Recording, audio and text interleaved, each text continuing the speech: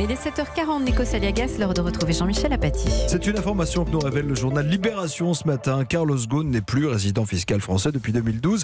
C'est l'année où il a transféré, selon le journal, son patrimoine fiscal aux Pays-Bas. Voilà, son patrimoine personnel pour ne pas payer l'ISF en France. Alors soyons précis sur la situation fiscale de Carlos Ghosn, le PDG de Renault. Il paye encore ses impôts en France, pour ce qui concerne son salaire de PDG de Renault, 7 millions par an. Mais en 2012, il a transféré son patrimoine personnel aux Pays-Bas et il est devenu résident fiscal aux Pays-Bas en 2012. Pourquoi les Pays-Bas?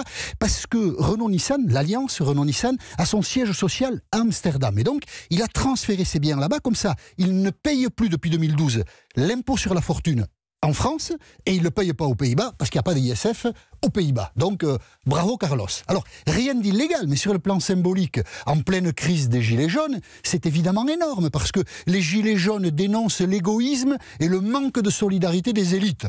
En voilà un exemple. Les petits payent les impôts, parce que les petits, ils ne vont pas se domicilier aux Pays-Bas pour payer leurs impôts, mais les gros, eux, ils s'échappent. Donc c'est le symbole que vous soulignez. Bien sûr, c'est assez terrible comme nouvelle, comme information. Alors, tous les patrons ne font pas ça, heureusement, mais chaque fois qu'il y en a un, il faut quand même dire que c'est pas bien, ce manque de civisme fiscal. À propos de Carlos Ghosn, il faut poser d'autres questions. L'État est actionnaire de Renault à 15%. Donc, il y a au conseil d'administration de Renault des représentants de l'État. Est-ce qu'ils ont su en 2012 ce que faisait Carlos Ghosn? Est-ce qu'ils ont eu connaissance de sa situation fiscale? C'est un petit monde, on en a dû parler. Est-ce qu'à ce moment-là, ils font remonter ou pas l'information au ministre de l'économie? À partir de 2012, plusieurs de ceux-ci se sont succédés à Bercy. Et les ministres de l'économie, quand ils savent ça, qu'est-ce qu'ils font? Est-ce qu'ils essaient de ramener Carlos Ghosn à un sens civique plus important? Ce serait intéressant de le savoir. Autre question qu'il faut poser ce matin. Carlos Ghosn a été incarcéré à Tokyo le 19 novembre. Et le 20 novembre, c'est le hasard,